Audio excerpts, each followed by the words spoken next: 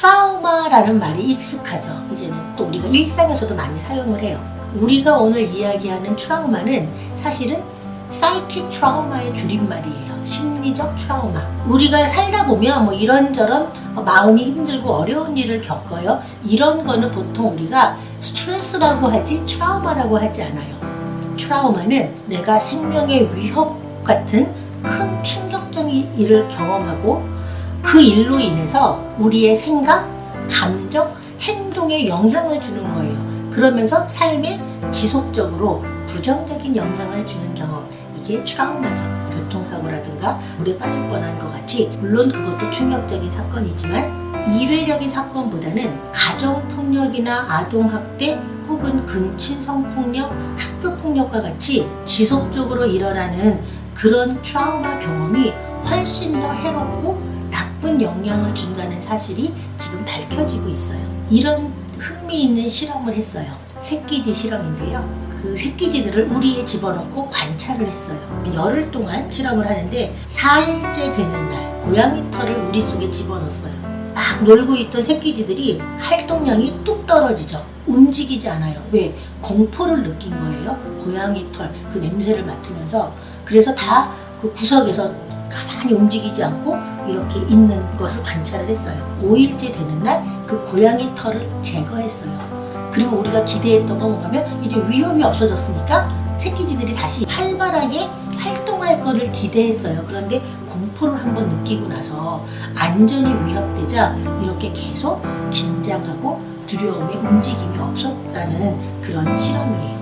물론 쥐와 사람은 달라요. 그런데 이 실험이 시사하는 게 뭔가면 안전을 위협받는 경험이 얼마나 해롭고 지속적으로 영향을 미치는지에 대한 이야기를 해주고 있다고 생각합니다. 일반적으로 여러분 가정폭력, 아동학대는 특성상 한 번만 일어나지 않아요. 지속적으로 반복적으로 일어나죠. 그 당하는 아이는 다른 방법이 없어서 그 집에서 계속 살아가야 한다는 그 점이 정말 안타까운 점이죠. 학교폭력도 그런 의미에서 학교는 반복적이죠. 아침에 눈 뜨면 무조건 학교를 가요. everyday, 매일. 특별히 이사 가지 않는 이상은 초등학교에서 왕따를 당했다, 졸업하고 중학교 간다, 그 가해자였던 친구가 중학교에도 만날 확률이 높아요. 지속성. 또 학교폭력은 같은 동년배에게 당하기 때문에 그런 모욕감의 문제도 있어요. 어른은 이런 어려운 일들을 겪을 때 어른이기 때문에 적어도 자신을 보호할 수 있는 힘이 있어요. 그런데 아이들은 모든 면에서 아직 발달이 성숙하지 않은 시기예요. 인지 발달도 아직 잘 되어지지 않는, 그 어떤 학자에 의하면 우리 뇌가 12살 때까지 이렇게 계속 발달한다는 얘기도 있어요. 여기 사진에 보시면 시멘트예요. 그리고 발자국이 막 쿡쿡 잡혔어요. 우리 아이들은 이렇게 아직 단단하게 마르지 않은 그런 상태라는 거죠. 그래서 우리 뇌에 더 깊은 이런 상처를 남긴다라는 거. 여러분 화재 경보기 아시죠? 건물마다 있어요. 뭐예요? 화재가 나면 그걸 감지해서 사이렌을 울려줘요. 근데 이 트라우마에 노출된 데는 고장난 화재 경보기 같다라는 거예요. 조그만 담배 연기만 나도 너무 민감하면 막 그 사이렌을 울려요.